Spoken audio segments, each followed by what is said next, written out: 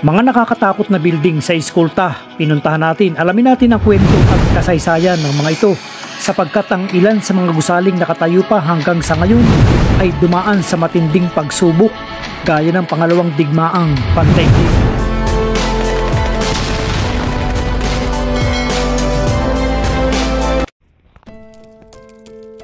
Mga Kamindurahin TV, andito na nga tayo sa Maynila dahil sa malapit nga ang SM Quiapo.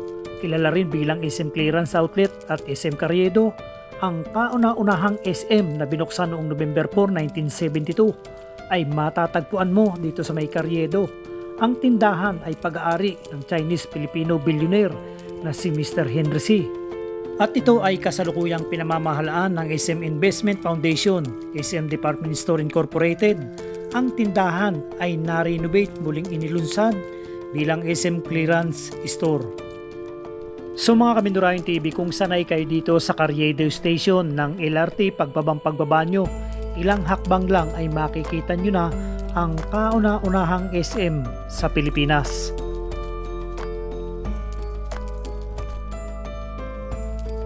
Bago natin tunguhin ang Escolta dahil sa magkalapit lamang mula sa SM Carriedo, ang isang makasaysayang lugar, ang Plaza Miranda dito sa Quiapo ay ating pinuntahan. Base dito sa ating dalawang nakausap na ito kung bakit mahaba ang pila, ayon sa dalawa, kapag araw ng linggo ay sobrang mahaba ang pila ng mga sisimba sa Quiapo sapagkat ang Plaza Miranda ay matatagpuan mo sa harap mismo ng simbahan ng Quiapo. Ang Plaza Miranda ay isang pampublikong parisukat na napapaligiran ng Quezon Boulevard, Hidalgo Street at Evangelista Street sa Quiapo, Maynila. Ito ang plaza na nasa harapan ng Minor Basilica at National Shrine of Jesus Nazareno o mas kilala sa pangalang Quiapo Church, isa sa pangunahing simbahan ng lungsod ng Maynila at itinuturing na sentro ng Quiapo sa kabuuan. Pinasinayaan sa kasalukuyan nitong anyo ni Mayor Arsenio Lacson noong 1961.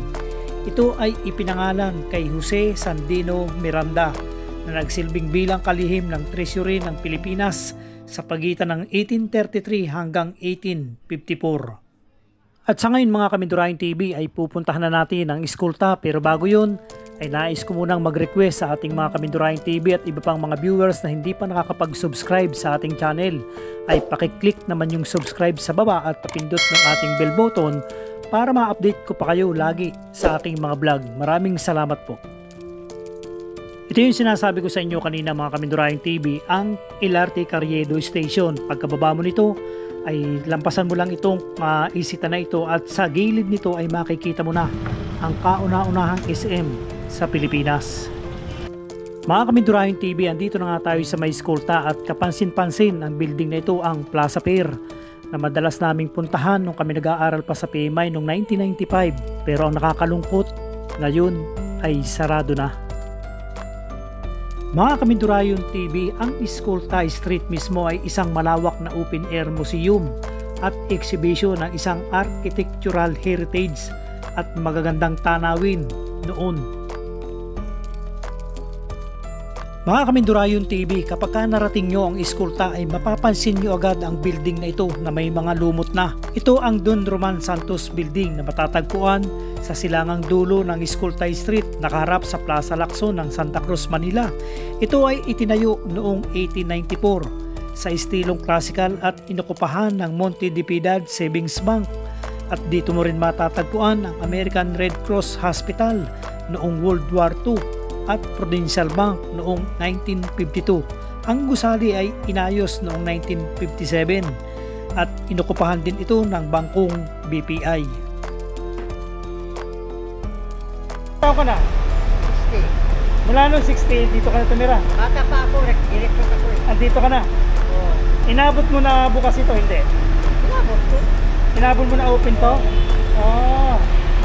Yung mga 1970 siguro? 80, gano'n. 80, bukas pa to? 80. Kasi yung MacArthur yun, dito yung gitna. Hindi talaga dito sa... Thank you ha, thank you.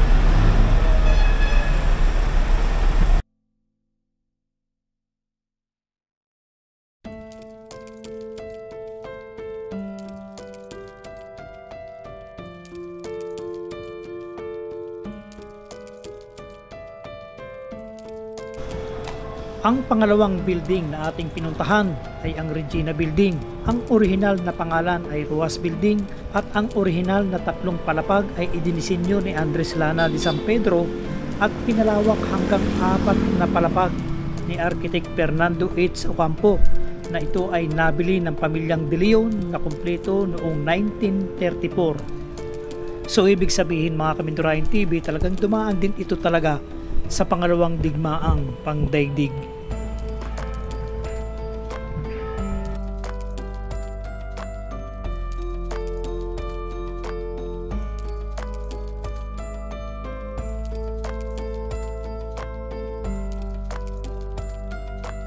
First United Building, dating tinawag na Perez Manillo Building.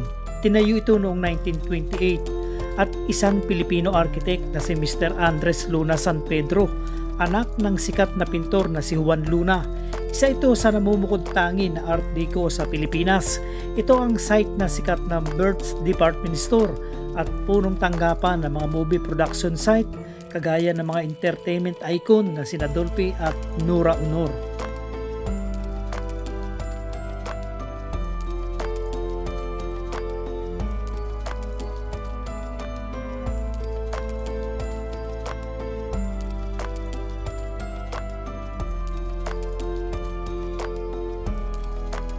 Bark Building.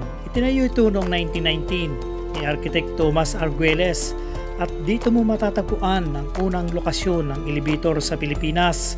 Ito ay pinangalanan pagkatapos ng cardiologist na si William Burke na nagpakilala at unang nag-install ng electrocardiograph sa bansa.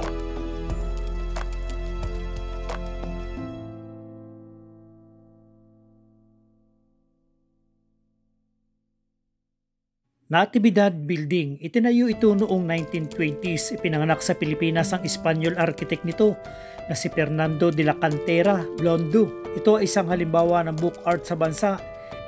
At ito rin ang nagsilbing bahay ng Philippine Insurance Commission bago pa ang pangalawang digmaang pandaigdig. Mga Kamindurayon TV, marami pa tayong makikitang mga lumang building dito sa kahabaan ng Escoltay Street. Pero bago natin ipagpatuloy yun, ay pupuntahan muna natin ang ating paboritong kainan nung tayo ay nag-aaral pa dito sa Maynila, ang Tropical Hut. Tingnan natin kung naandito pa to dahil kung hindi mo talaga ito sasadyain itong Tropical Hut na ito, ay hindi mo talaga basta-basta makikita. Dahil nasa may bandang gitna ito, medyo malayo doon sa sentro ng Escolta sa harap ng simbahan. Puntahan natin ang kainang ito dahil ito ang aking paboritong kainan kahit noon pa hanggang sa ngayon. Yun nga lang, ang Tropical Hut ay nagtataka ko bakit kukunti na yung kanilang brands dito sa Pilipinas. Ayun, andito pa rin talaga ang Tropical Hut. Ito yung sinasabi ko sa inyong paborito kong kainan, lalong-lalo na pagka sa umaga. Talaga namang solve ka dito, may mainit pang kape silang ibinibigay. Nakita nyo naman, 1965 pa ang Tropical Hut na ito. TV, andito tayo sa harap ng nag-iisang Tropical Hut dito nga sa Escolta, Manila. Natatandaan ko pa nung nag-aaral ako sa PMI, that was 1995. Dito ako madalas kumain, kaya dito tayo mag-aalmusal ngayong umagang ito. Pasukin natin. So breakfast muna tayo dito sa ating paboritong kainan, isang piniritong bangus, tapa na may itlog at kape. Mga Kamindurayon TV, pagpatuloy natin ang ating pag-ikot. Ito yung Calvo Building. Nasa ibaba nga nito ang Tropical Hut. Itinayo ito noong 1938. Dinisenyo ng kilalang architect na si Fernando Ocampo. Isa ito sa magandang halimbawa ng arkitekto ng book arts hanggang ngayon. Pag-aari ito ng pamilya Calvo Montera, ang lugar na kapanganakan ng DCBB 594 na ngayon nga ay ang GMA Network, at matatagpuan din sa building na ito ang Escolta Museum. Sa susunod na punta natin dito ay ipapakita ko sa inyo ang museum sapagkat sarado siya ngayon.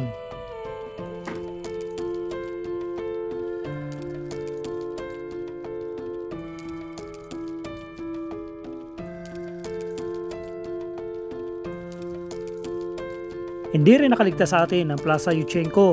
Bagong paayos lang ito dito nga sa Maynila at mula nga dito ay matatanaw natin ang building ng post office na ngayon nga ay bakante na dahil nga sa nangyaring sunog.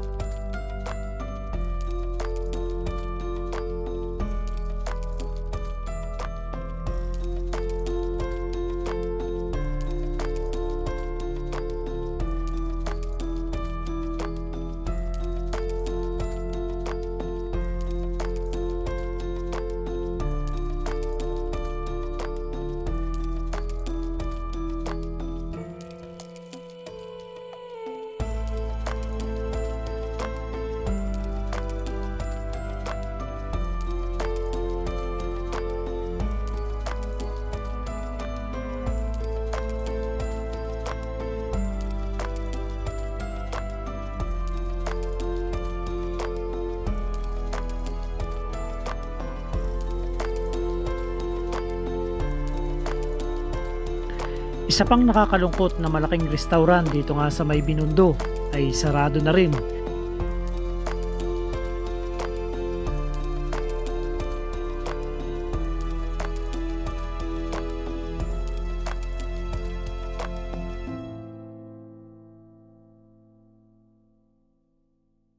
Hong Kong and Shanghai Banking Corporation Building. Itinayo ito noong 1922 at matatagpuan sa San Juan Lunay Street, corner San Gabriel Street, Binondo, Manila.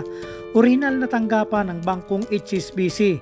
Ito ay isa sa pinakamagandang gusali noong unang panahon bago ang digmaan. Sa ngayon ang HSBC Building ay isang 1919 grand copy na. Napasok na natin dati ang coffee shop na to, kaso ngayon maaga pa, sarado pa ang nasabing coffee shop.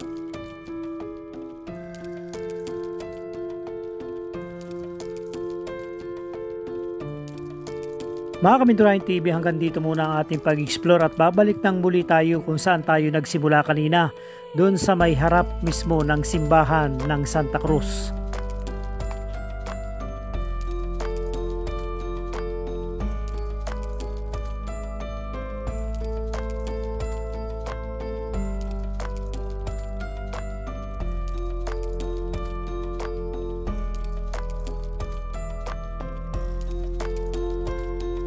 Kung nakikita ninyo ang building na asul na ito yung branch ng PMI mula nung masunog ang main building.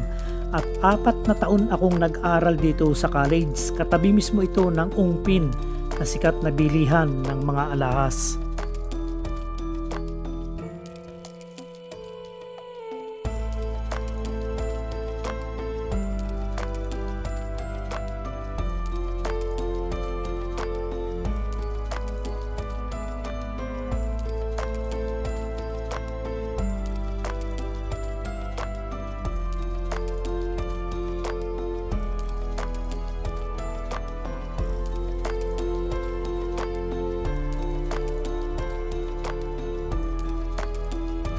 Kamindurahin TV, tapos na nga ang ginawa nating historical walk tour dito nga sa Escolta, Manila. Kung nagustuhan nyo yung aking vlog, paki-like, paki-share, and paki-subscribe na rin. Maraming salamat po.